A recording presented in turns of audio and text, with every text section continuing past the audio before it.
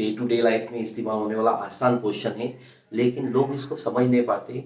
हम इसको अच्छे से प्रैक्टिकली समझेंगे। देखिए 504 मीटर लंबी एक तार है। तार को 8 जगहों पर मसावी फासले पर काटा जाए तो हर टुकड़े की लंबाई कितनी होगी।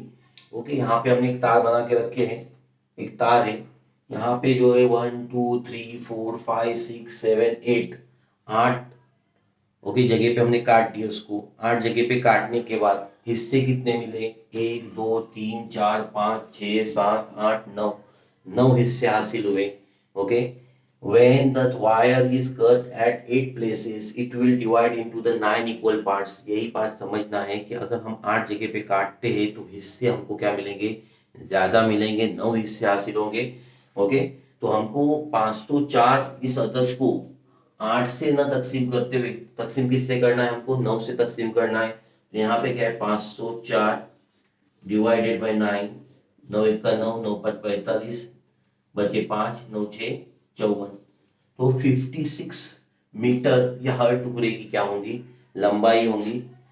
ये समझना है, टुकड़े की लंबाई 56 मीटर होंगी। ओके, 8 जगह पे कट कर रहे हैं, हासिल होने वाले टुकड़े जो है रहेंगे और 9 रहेंगे। Thank you so much.